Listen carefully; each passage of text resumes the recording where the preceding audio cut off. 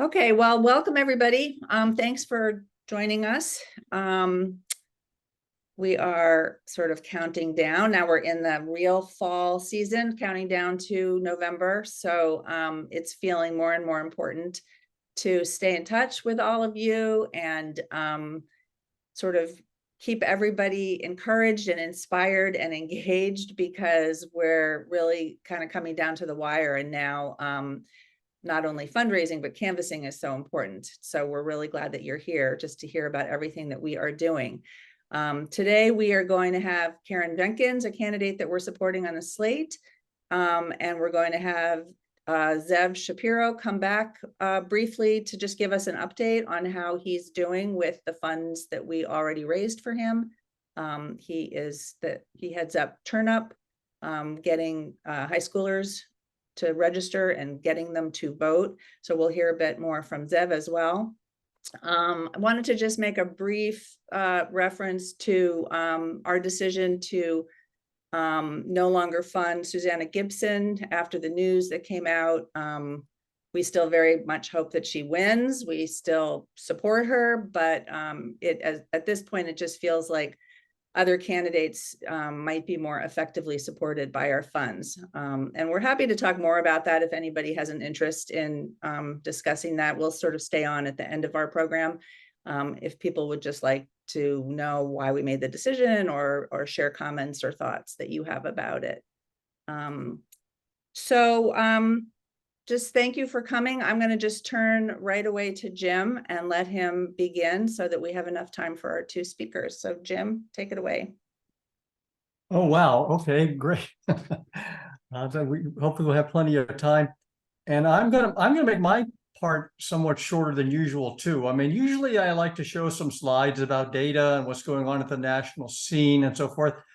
I just feel like, there's so much, call it mishigas and craziness, that I feel like we should focus on the things that we can do something about. I mean, it's very interesting to me and so forth, all these things, but let's focus on Virginia because we can do something about it. So I'm going to go ahead and share my screen and get us going here. There we go. Hopefully people can see that and so forth. All right, so here, just get us going on Virginia, see the little state map. Okay, so what have you been doing in Virginia? Well, a lot of you pretty much know this, but to review it. So we've been providing a lot of money to candidates. We did an early round, which kind of extended a bit over time once we made our goal. So that was $230,000. And again, thank you very much. And then, we thought, well, we done our early money, we want to focus on other things. But then we just saw Youngkin was raising so much money. We thought, well, okay, we better jump in again with a second round. So we done this second round. The slate was always there. We sort of adjusted the slate from time to time, but we now have a slate of 8, 3 Senate and 5 House members. And we want to raise a goal of $120,000, which would be $15,000 on average. I'm actually optimistic we can do better than that. And there's something called a whisper number. I've got a whisper number. We can actually raise more money than that, but I'm not going to say what it is. We do really productive canvassing, in my opinion. We work really hard to get good walk lists that are dense, that are the kind of voters and we should be reaching out to. We'll talk some more about that. And we had a good day yesterday. And then we have this youth turnout and registration thing that Zev is heading up for us. So all that is for Virginia. Now, I thought I would just go ahead and give you some more color, if you will, on how is it that we go about picking these candidates, or changing who they are actually too. So we start where everybody else starts. We start with, well, I shouldn't say that. We start, in some ways we're different with this. We are ruthless, that we just want to win. Now we do it ethically and so forth, but we're looking for candidates that can win, because it really it all depends on getting a majority. It's not really about whether we like somebody or something like that, which I will have to say oftentimes does influence some of what the other folks do. But then again, this is the starting point for almost everybody, which is I call it the voting tilt historically. How they go for Youngkin, how they go for their congressional race and so forth. And that's fairly accessible, and that gets you a long way. And actually in Virginia, there are not all that many races that are particularly competitive. There are, by far the largest ones are not competitive. And that number has gotten a little bit smaller. So we look very carefully at campaign fundraising. Who's raising money? If we're gonna provide money, and again, this is about money, we're keeping track of how much they're raising, how much they're spending. And if they're raising a whole lot, then we figure, well, maybe they don't need us. Similarly, we do have access to some private polling, both for the House and the Senate. Some of it I actually get the full polling report. And that very much influences, again, if somebody's doing really well in the polling, they don't need us. If somebody's doing pretty badly in the polling, well, then we're going to have to, support other races. So we actually had one case like that. And I will say that in the case of Karen Jenkins that we're hearing from today, her poll, which was done maybe a month or so ago, showed her doing quite well, quite competitively. So even though her district is a reach, in my opinion, it's worth it to try to invest in that kind of a race. We also have direct discussions with the candidates, and typically their campaign managers, and a lot of times their field directors, on kind of something of an ongoing basis. And I will say, not only do we find out from them what they're doing, but along the way, I'm not loath to provide a certain amount of advice, because now we're in our 7th cycle of doing this, and I'm less reticent than I used to be about giving advice about legislative kind of races. And we'll talk about one that I'm going to get to in the next slide. We have a set of key informants around the state that we know. We also know the geography of the state. So no, I wouldn't say wonderfully well, but we have enough of it so that we kind of know our way around. And there are a couple of other things. If somebody looks like they're going to be a good legislator, or they have a particularly odious opponent, that does affect our what we do. And this is kind of an ongoing thing. I'm doing this kind of almost daily, or it probably is daily or more than daily. Now, again, this is something we often say, is that since we're in the sweet spot, we don't expect to win all of our races. It's a little bit like being a stock investor, not everything is going to go up. And so we would like for all of them to go up, but we sort of feel if we get 60 or 70%, that's what we're looking for. Okay, so in terms of advice, I just want to talk about one particular arena, which is it caught my eye because I saw some analysis of a couple of really good studies that showed that radio had worked in both 2020 and 22, but radio is a neglected medium. So I call it the little engine that could, and here's why. Again, there's data that shows that it can be effective. And of course, a lot depends upon how it's done and where it's done. It reaches priority voters for certain candidates that other means don't reach, or that aren't reached as often. It can be very local and thus very highly targeted. Unlike television, which is going to blast all over the place, you can get these local radio stations and it's highly targeted. Again, the more ways you can reach a voter, if you reach them in different ways, you might reach them by mail, but you also reach them by digital, and also reach them by radio. It's reinforcing. And one thing, unlike TV, is people don't like to TiVo over or whatever their commercials. They tend to, they're riding around in their car and they may turn it off or something, but A lot of them continue to listen. It's very inexpensive for these local races. And there are these genres, I'll call them, that can reach our target audience that we're very interested in. And they're listed here: gospel, rhythm and blues, slow jazz, and so forth. And for certain candidates, I just think it's can be very effective. But here's the thing, it is neglected because it's kind of low status. It's like, you know, they think, well, that's not real campaigning. Television, that's where it's at. Well, you know, and the other thing related to is that consultants who actually guide a lot of these things, they don't make a lot of money on something that doesn't cost very much. They get 15% of a radio ad, which can be a whole lot of money, but they don't get much out of this. So all this to say that we have actually 3 and maybe more candidates that we've talked to that they think that makes a whole lot of sense for them. And those 3 are Clint and Karen Jenkins, and also Kimberly Pope Adams. And I would say that all of them are quite enthusiastic about doing this. And it's only, it fills a gap for them, but only a $10,000 buy, it actually is a sizable chunk for them. And the Clint Jenkins campaign has already done a $10,000 buy. So if we raise $15,000, I mean, they might want to spend more than $10,000, but all 3 of them have agreed that if we raise this money for them, they'll spend it on radio. Now, I'm not particularly trying to steer money toward this thing.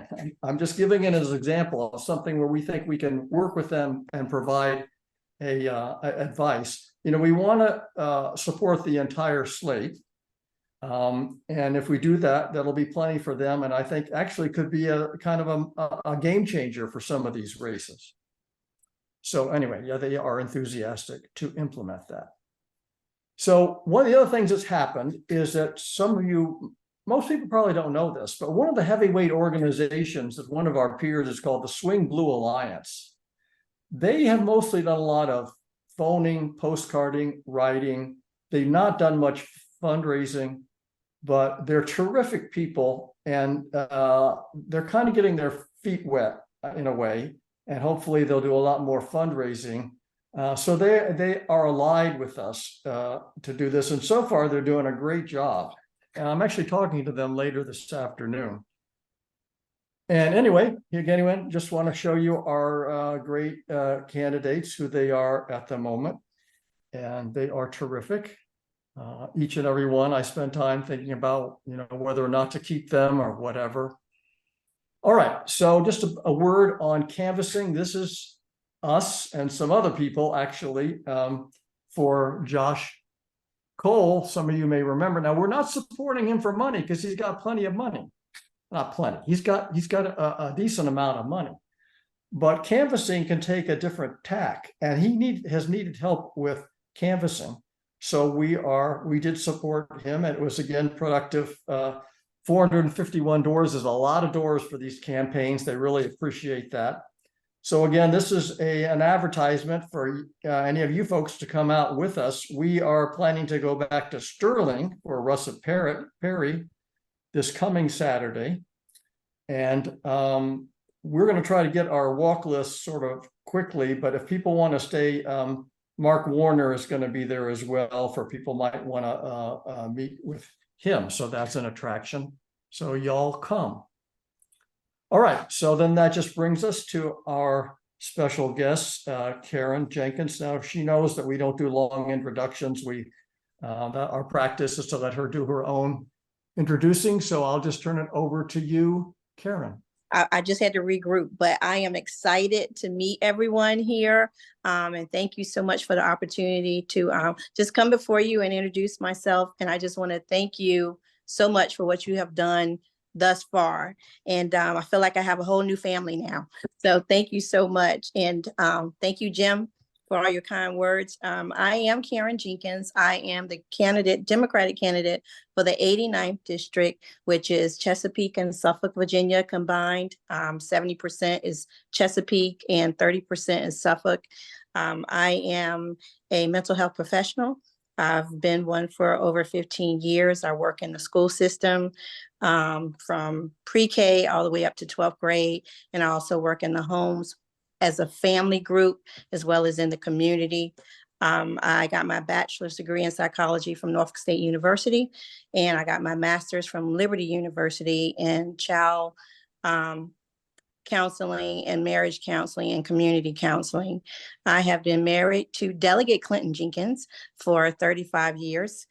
We have 3 daughters, all adults, and we have 2 granddaughters. So Clint Jenkins is the only male in the household, right? So,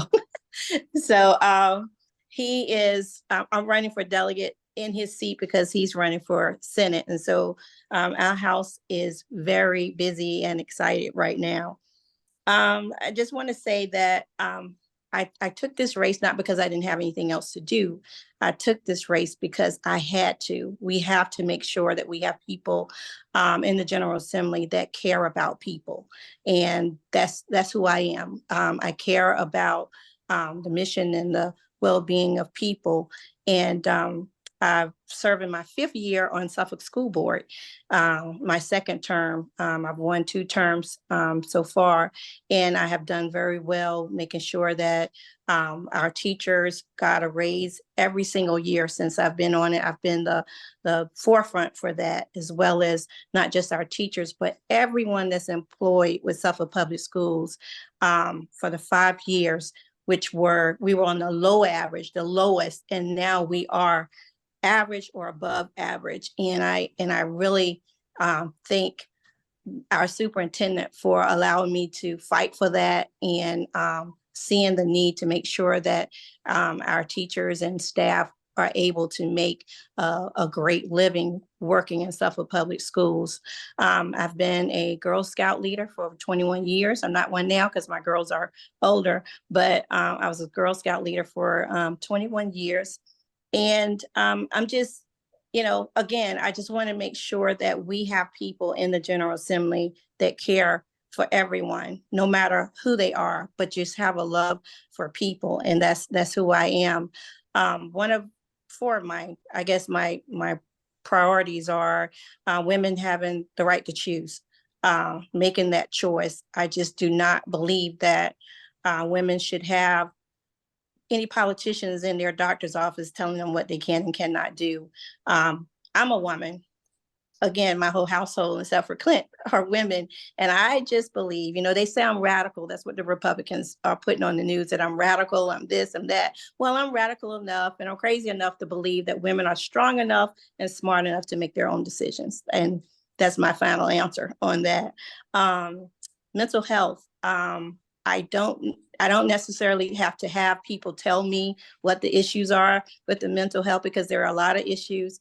I live it every day because I'm a mental health professional, where there's be 4-year-olds or all the way to 70-year-olds. I see them and I work with them. So I will be so excited to be there in the General Assembly to speak for those with mental health issues, as well as those who provide mental health services. Our polling shows that, the violence, gun violence, I really believe that people need to be held responsible, and responsible people need to be the ones that's in possession of guns. So I want to make sure that I do that in our environment. There's a lot of things going on with our environment, with the land, with the soil, the water. And I have been educated so much on those things, where we're having right here in the city of Suffolk, they want to put a big pipeline underneath one of our schools. And that's just not going to happen, not on my watch. Some of the challenges that we're having is the fundraising. My district is not a wealthy district. My opponent is being backed by the governor, as well as Forbes, who has a lot of money, Randy Forbes. So, and he is just being dragged by the coattail of our governor, as well as our former president, which is Trump. And he makes that known. If you look at anything on Facebook about him, that's what he says. He's going to do exactly what they're doing. And I don't see that as serving people. we have to, again, I keep saying it, you're going to keep hearing me say it, we need to have people in office that have the heart for serving people and meeting the needs. So that's pretty much who I am, what I stand for. And again, I'm just excited to be a part. When I heard about your organization, I was like, wow. And then to be a part of your organization, I'm excited. And I try to write my own little notes to everyone that donates, whether it be 33 cents or $5,000, it doesn't matter. I appreciate every bit of it. I don't want anyone to think that because they gave a little bit, it didn't mean anything. Everything means something. And I've told Mr. Jim that so many times that I am just appreciative to everything that people are doing for me. One more thing, I'm sorry. I just want to let you know, I want to piggyback on what he said, radio. So we're getting ready to hopefully go up on TV. And we're on Facebook, we're on Instagram, but radio, helping my husband in the past 4 years with his campaigns. Radio is a phenomenal way to advertise. And I've done his radio for him, where I went into the radio station and recorded. And we make sure we're on, like you said, the jazz, the gospel, the R&B, country, and contemporary stations. So in the mornings, we get the spots where in the morning when they're on the way to work in traffic, they can hear it. Lunchtime, they can hear it. On the way home from work, they can hear it. And then in the evening. And we get calls all the time. We heard you on the radio. So yeah, that I think that's a mark that a lot of candidates may be missing, and it's not as expensive as a lot of other things. So I concur with you, and hopefully maybe other candidates, the Democrats will catch on to that and do radio, and I'm ready to do it. Thank you so much, Karen. We appreciate your coming to speak with us, and we're grateful that you're running, frankly. It's hard to imagine how both you and your husband are running for election with children and everything else that you're obviously doing. So thank you just for running and for, being such an enthusiastic candidate. We really appreciate that. And thank you for coming here. We're going to open up for questions and answers in a minute. Erin is going to look at any questions that are in the chat. If you have any questions for Ms. Jenkins, please put them in the chat. But before we do that, I am going to extend my request that everybody look at the donation link in the chat and think about donating, even if you've donated before. Usually Mary Pence does a wonderful ask for people to really consider donating again or stretching in their donation. And one of the things Mary always emphasizes is the idea of sacrifice. So I just wanted to talk for a minute. Many of you have heard me talk about my father before, but for those of you who haven't, I will talk about him again. My dad, who died in 2004 at the age of 89, was really a bigger than life figure when I was growing up. And he had done a whole lot of things in his life based on his passion for fighting for what's right and fighting for people who didn't have any power. And he did so many things. He packed so many things into one lifetime. He traveled down to the South to organize sharecroppers, got beat up. He organized a union in New York for stenographers. He got beat up. And he volunteered to go over to Spain to fight in the Spanish Civil War when he was a young man, and got shot in the neck and carried the bullet in his neck for his entire life. And then when he died, it was removed from his neck, and my mother had it put in gold, and she wore it around her neck. So that bullet stayed in our family forever. It's still in our family. And when I think about sort of my father having ideals and having passion and having anger about things that were happening in his world when he was growing up, and I think about what he did about it, and I think about how frightening it must have been and how much deprivation there must have been for him to do that in the midst of living and growing up and becoming an adult. And I think, well, you know what? I think I can sacrifice a little bit more money. I think I can sacrifice one more weekend to knock doors. I think I can sacrifice a few more hours to write letters, because I feel like I'm not really sacrificing anything at all. I have a lovely life and I'm safe, and I don't have to fight with any danger of getting actually physically hurt. And I just feel like all of us on this call are to some degree privileged. We're privileged to have safe lives, and we're privileged to have the means to fight for other people who don't have the means. And Virginia is a vulnerable state. I don't need to go over all the reasons why we are supporting Virginia. But sometimes when I think about November, and I think about how frightening it will be if we don't keep the majority in at least the Senate or the House, or in both, if Youngkin has a trifecta, not only will we wake up very upset about Virginia and all the terrible things that are going to happen there, but we are going to wake up frightened for our country, because that is not going to be a good sign. And it's not going to give Democrats wind in the back of their sails.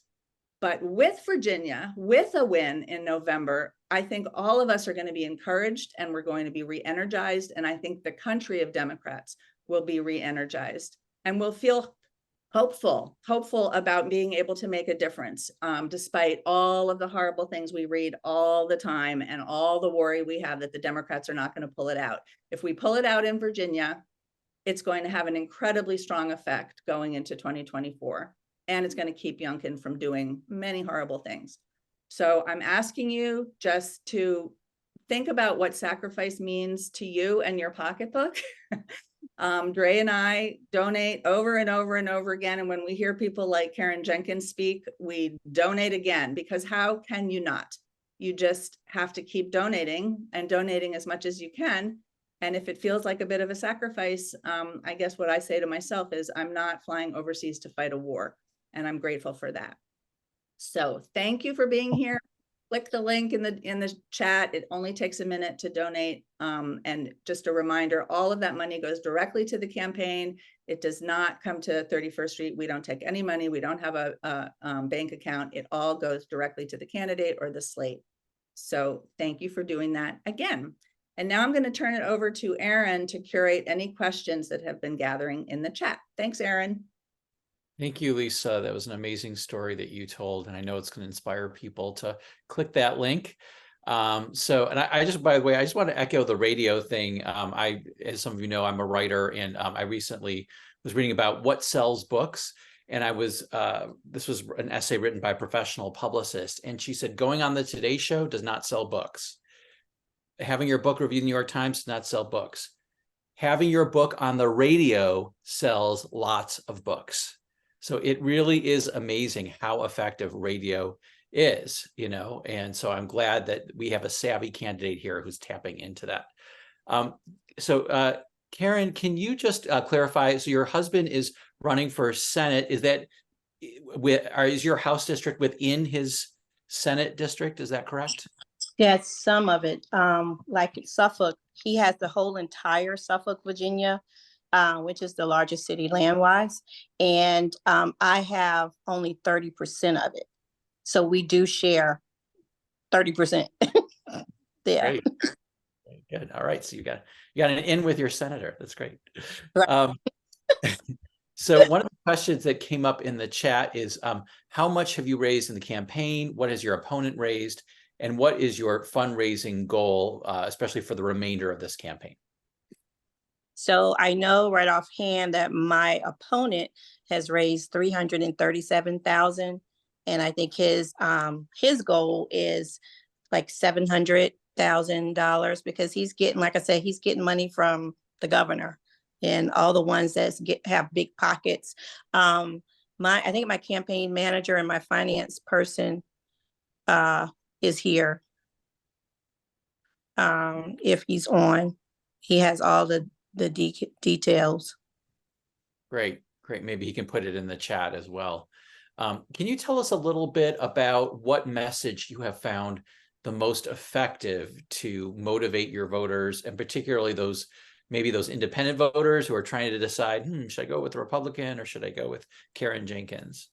Well, I mean, I love the doors that I've been knocked, because I'm in the persuasive, so I'm not going to like Democratic doors. And so I'll knock on a door. I'll just give you some examples.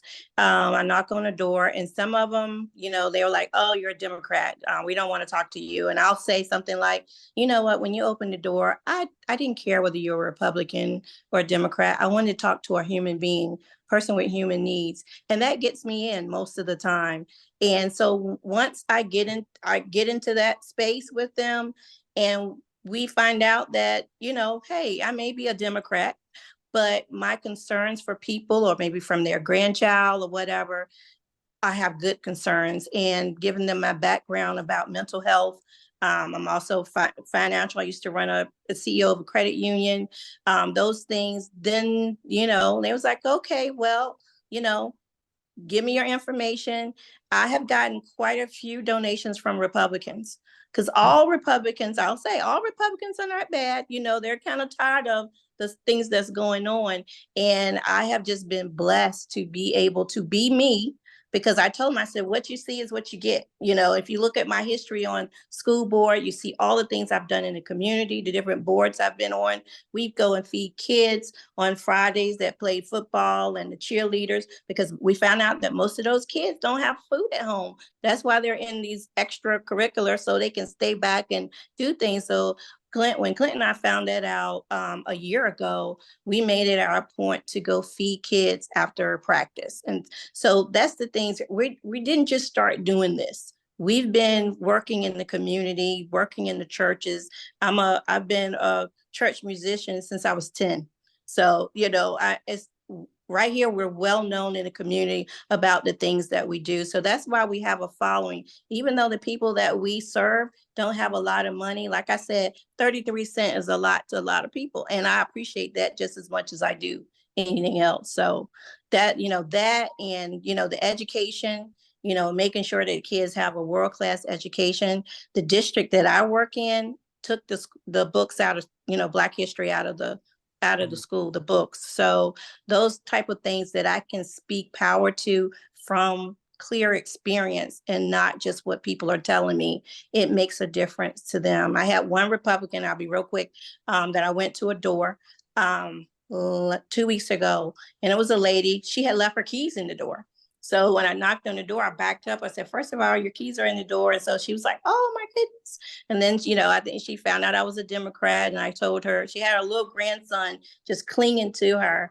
And she said, I told her I was a mental health professional, and she kind of nodded towards him. He couldn't see it. So I just immediately put all my literature down, and I got down where he was, and I talked to him, because he had to go to school the next day for the first time, and he was very antsy about it. So this little boy who never seen me, and he was Caucasian, he ended up hugging me, smiling, thanking me. His grandmother was crying.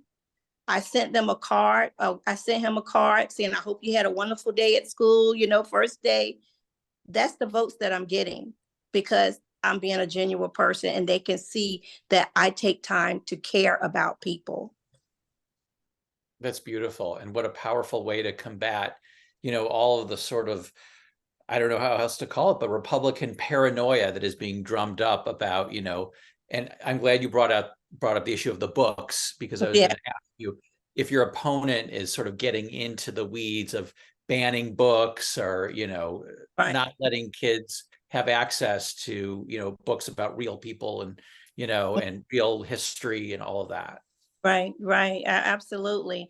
And so, I haven't seen him, because we're everywhere, anything that's going on in the communities. I went to 2 places today already, 2 church services. So anywhere we can get out in the community, that's what we're doing. And we're not seeing him. I think he's kind of confident that his money is going to get him over, and money helps, so we can do things and advertise. But a lot of people saying, wow, we've never had anyone actually come to our door before. So that, and my team, I have an amazing team. I'm going to have 3 organizers. I have my field director that just came aboard, my campaign manager, my finance manager. They are phenomenal, and they're getting things done. So, I'm excited. That's great. That's really great to hear. And if other folks have questions, they want to drop into the chat, they can. I'm curious, does national politics, I mean, it sounds a little bit like you're a Democrat. Does national politics play a role in your district when you're knocking on doors, things like MAGA or Trump or Hunter Biden? Do these things play into it, or do you have to try to diffuse that and try to get local to appeal to people? No, I don't hear that. I don't hear it personally on the doors. I go in there saying, hey, this is who I am. What are your concerns? And so even if I get a Republican that's kind of, I'm like, well, look, I'm out here in the 90-degree heat, I'm sweating. I'm in heels most of the time, and then I was like, just tell me what is your concern? I need to know, because I tell them, I said, look, I wake up in the morning of winter, I go to bed of winter. So I'm going to be your delegate. So I need to know what you're going to need from me. And so they're like, oh, she's really confident, Yeah, I am. I have to be. I can't walk around being defeated and think I'm going to win. So, so I just, that's just the conversation, but they don't talk about, the Trump and all of that, because I kind of deflect it and put it strictly on them. What's their need? What's their concern? That's amazing. That's amazing. Well, I can totally tell why Jim has picked you for our slate, and we are just so excited that you're here with us, letting us get to know the real you as well. And I just, encourage everybody to pitch in. Thanks again for joining us. And now we are going to transition to Zev Shapiro, who's going to give us an update on what's going on with Turn It Up. So I'm going to pass the mic over to Zev. Well, thank you very much for having me again. I just want to see if I can share my screen. Let's see. Can everybody see this? Yep. Okay, great. Well, thank you again for having me, and thanks first to all of you for your very generous support. I'm not sure to what extent Jim keeps everybody in the loop on the exact details, but I think we're pretty close to the goal that that was set by Jim and the team. And certainly close to funding completely both our work in Virginia and in Pennsylvania. So thank you very much to all of you for your generous support. We're getting ready to really use that as the election is coming up soon. So I just wanted to give a very brief update. We've really sort of, the earlier parts of the month really is a lot of planning that goes into our work. We have to identify all the counselors at high schools to recruit students. We have to identify and get approved to be posting on various job boards for community colleges. We have to sort of do a lot of preparation work with testing advertisements to recruit relational voter registration folks. So that's the primary aspect of the work over the last few weeks, has been the preparation. But actually, we've just started sort of pushing the button Tuesday night, and a much bigger actually response in the first few days than I expected. In particular, I'll start with sort of talking about our physical work and then our relational work, and only I'll talk about our work in relation to voter registration. Voter registration is the key goal for the next few weeks, and then we'll be transitioning to turnout. So in terms of physical voter registration, we have 7 high school voter registration drives that were ready to go. We've now trained these students. They'll be starting those drives within the next week or so. And in Pennsylvania, we have 15. So again, pretty good for the first few days. And I think based at least on the initial numbers, we should be able to hit the goal that we have in both of these places. And similarly for community colleges, we have 8 students across 3 colleges that we've targeted in Virginia that are ready to go, and 13 students in Pennsylvania. These are folks that we've already hired to do registration drives, that we've trained. Some of them we've actually trained today. Earlier today. And so they'll be starting their physical registration drives next week, the week after. So that's been going very well, and we'll be continuing our recruitment. It's sort of, I don't know, Jim sort of gave an analogy about how sort of funds from swing left come, slowly. Every day there's more. It's sort of how it goes with recruiting students to do physical registration drives, both in Virginia and in Pennsylvania, and really everywhere we've done our work. We get a number of folks that apply every day as we continue to outreach to more folks. Just because of really actually sending limits on Gmail, we can't recruit to everybody, all the teachers at the same time. across all the places we're doing registration. So there's a large group of people, like 2/3, that we have not even reached out to yet. So it'll be, so far, really going well. We're really on track, and we'll continue to hopefully be on that track to meet our goal. So that's a little bit about our physical registration drives. In terms of our relational program, that's actually much easier to sort of activate at a high speed, and that's because we're relying on advertising, particularly on Instagram, where we're recruiting students to do digital registration drives within their high schools and in their community colleges. And so the first project that we sort of tried to undergo and now have successfully completed was our work to determine which advertisements are going to get us the cheapest new voter registrations. And so basically what we do is we're recruiting students to do registration drives digitally where we can't do physical drives, and recruiting them on Instagram. And so we actually had to test a lot of different content. So video content, sort of graphic content that you're seeing, animations. We test all types of advertisements, and then we actually follow it through. So we see who applies, and then out of the people who apply, who is registering the most voters based on which type of advertisement they were brought into the program from. And we actually discovered something very interesting, which is that it turns out the worst advertisements are actually getting us the cheapest cost per registration. So as you can see, these advertisements, at least to me, they don't look very nice. They look sort of a little bit homemade. But it turns out these are some of the 5 advertisements that we're running that have actually gotten the cheapest cost per registration. So in other words, the people that apply for these are actually our highest quality students in terms of candidates. And the drives that they've run registering students at their high schools digitally, texting, Instagram messaging, things like that, have gotten us the majority of our registered students. So we think that running sort of nice ads that look nice, maybe people think, it's more likely to be a scam, or they're sort of scrolling past it because it looks too nice. But ads like these that are sort of, I would say like pretty bad, they don't look very nice, actually turned out to be a great deal. And the folks that are applying are quite high quality candidates.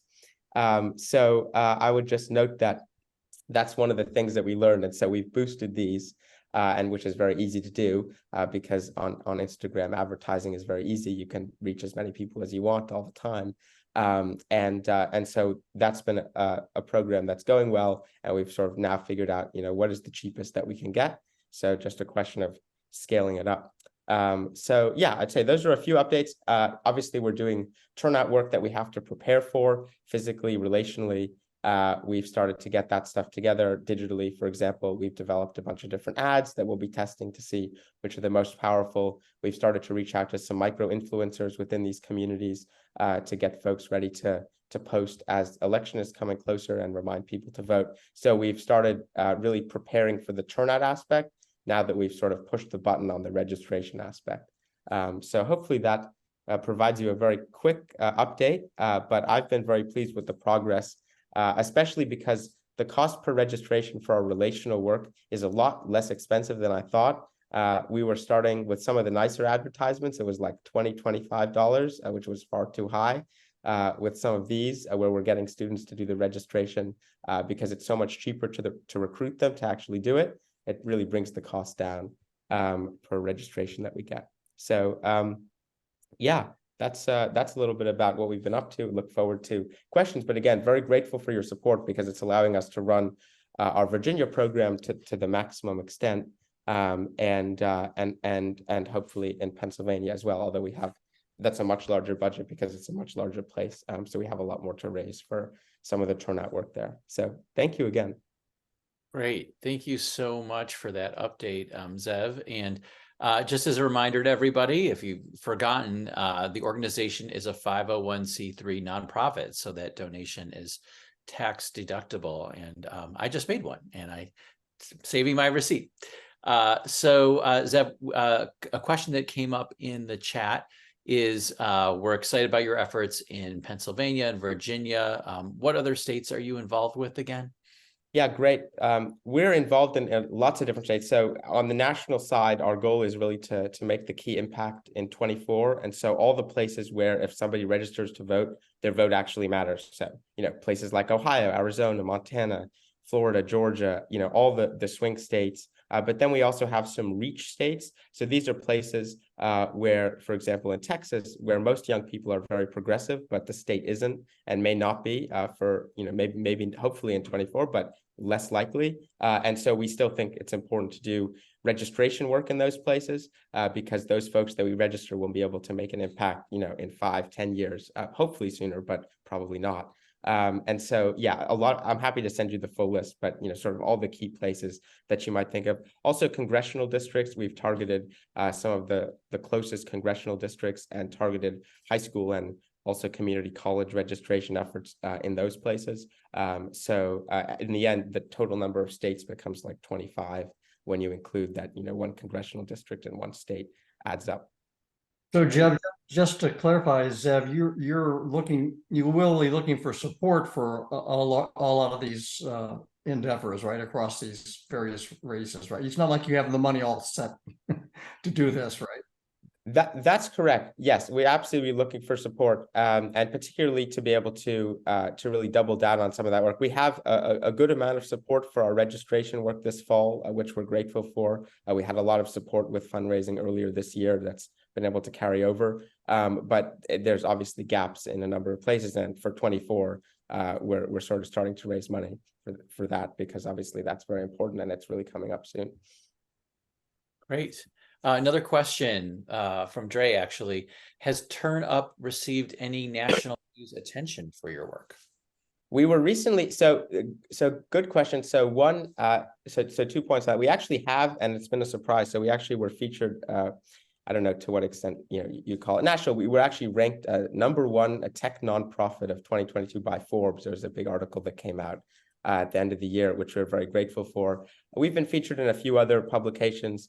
We've actually never gone out and tried to be featured. We don't really do a lot of PR. And actually the reason for that is because we feel it's important to stay sort of in the background, and particularly with our nonpartisan nature. We wouldn't want to be in the press and sort of getting people, sort of talking about us in a progressive way or a conservative way, because when we reach out to high school guidance counselors, which is the primary mechanism for recruiting students, if they look us up, we want them to know that this is a nonpartisan group, that we haven't been branded in a political way. Obviously, we're getting support generally from people on the left like yourself, but we're worried that if that sort of is big in the forefront of the news, then folks may be less interested in our nonpartisan nature, and particularly when it comes to those schools.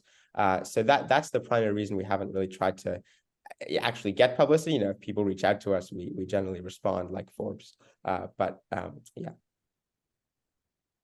That makes a lot of sense. Well, thanks so much for dropping by. Really appreciate the update and keep doing the great work that you're doing. Well, thank you. We'll keep you posted and very appreciative of your support. Thank you, Zev. Thanks for coming back. It's always great to hear what's happening. Okay, so we're going to turn to George Hastings, one of our Canvas leaders, to just talk a little bit about canvassing, which is up and running every week. Well, thanks, Lisa. I just want to make a few quick points about our canvassing.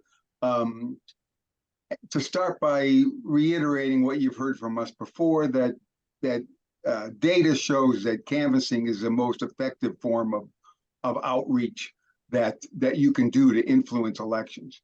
And we're blessed here in the DC area to be close to the most important set of elections in the country this year, which is the Virginia elections, which will be treated as a bellwether, pointing the way to what the verdict is going to be coming next year in the whole country, whether we beat Trump. And it's very important, we think, that we give the Democratic brand a boost going into 2024. We also have the great advantage here that Jim, as he said, he's working hard to get us good lists of people to canvass, and I will tell you that it's working. Jim has been getting excellent lists. Our canvassing experience has been that we are knocking on the doors of voters who are going to be Democrats for the most part if they vote, but they don't know anything much about the elections.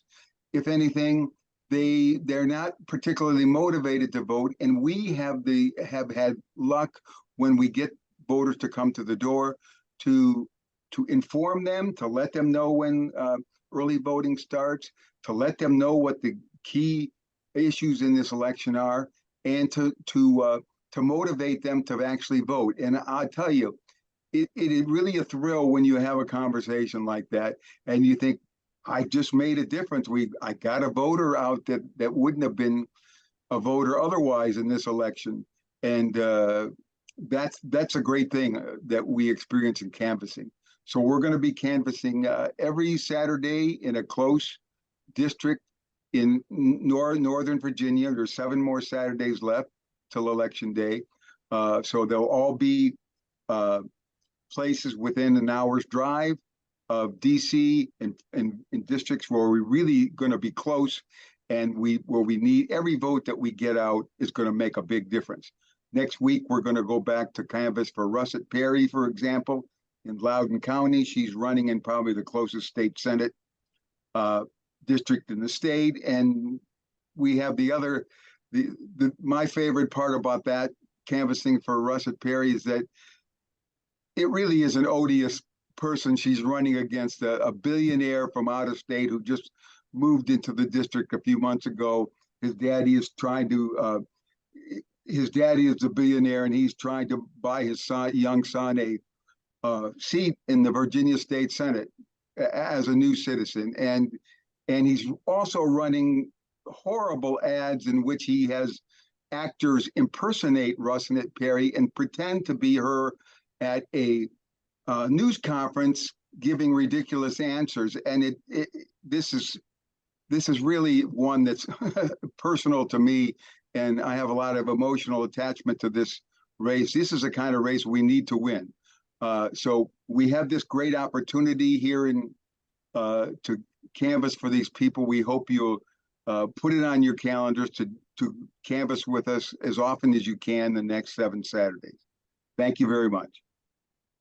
Thanks, George. And I think we've mentioned before that there's an outreach letter that goes out on Sundays, usually Sundays or Sunday evenings, which lists what canvassing is coming up, and it gives you a little link to click to sign up for the canvass, and it also gives you other opportunities to do some outreach work. So look on Sundays or Sunday nights for that.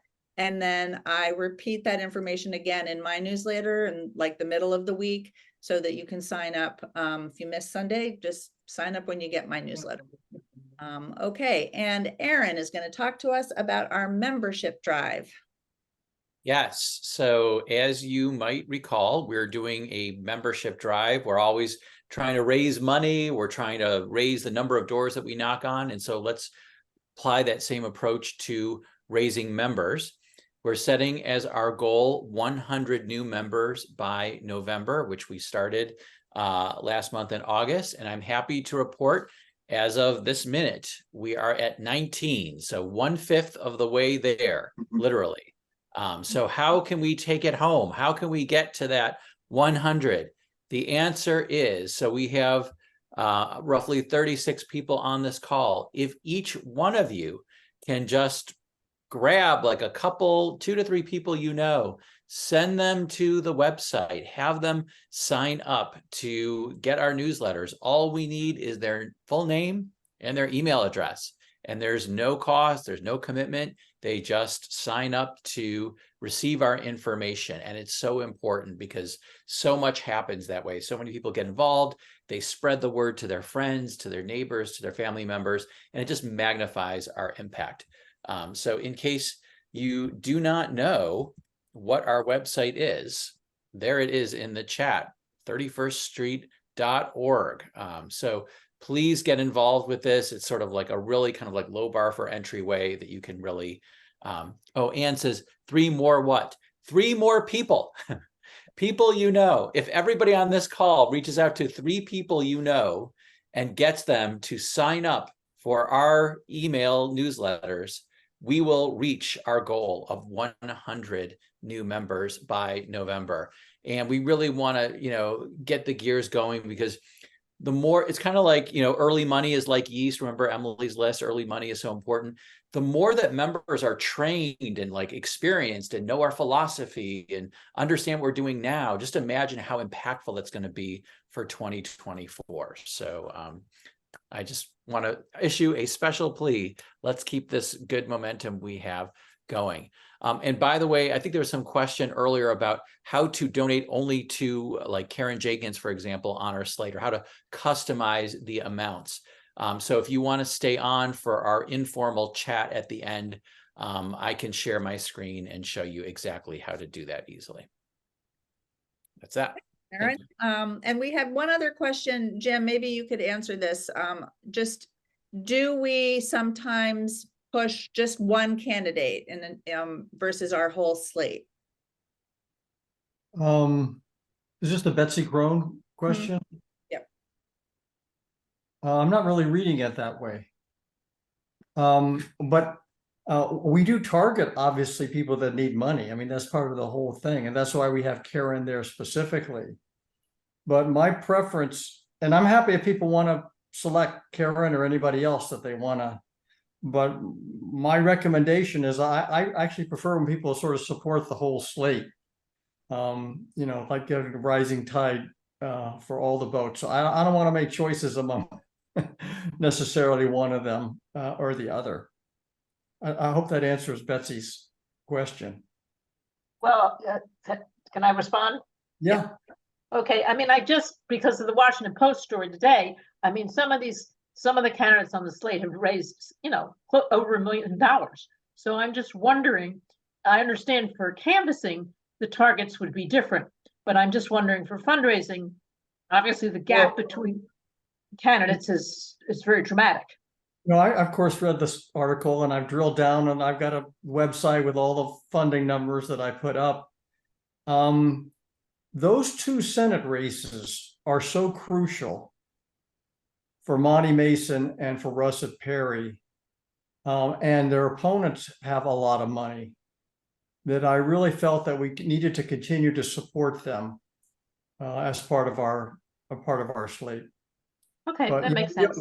we have, you know, we're down to 8. I mean, over over time, we've had a number, you know, we've had several others that we in fact, somebody was asking about Nadarius Clark and Josh Cole, who I think we felt were in good shape, but also we weigh in how, you know, all these other factors, you know, how blue is the district? So how much do we think they're going to need? It's a judgment thing. Good question. So I think that brings our formal program to a close. Thank you so much for staying with us for the whole hour. And it was wonderful to hear from our guest speakers. A few of us will stay on for a few minutes. If there are specific questions or comments, always happy to talk with you. But otherwise, we will see you, I hope, at our fundraiser on the 26th. It would be great if you could tune into that. But thank you for coming today.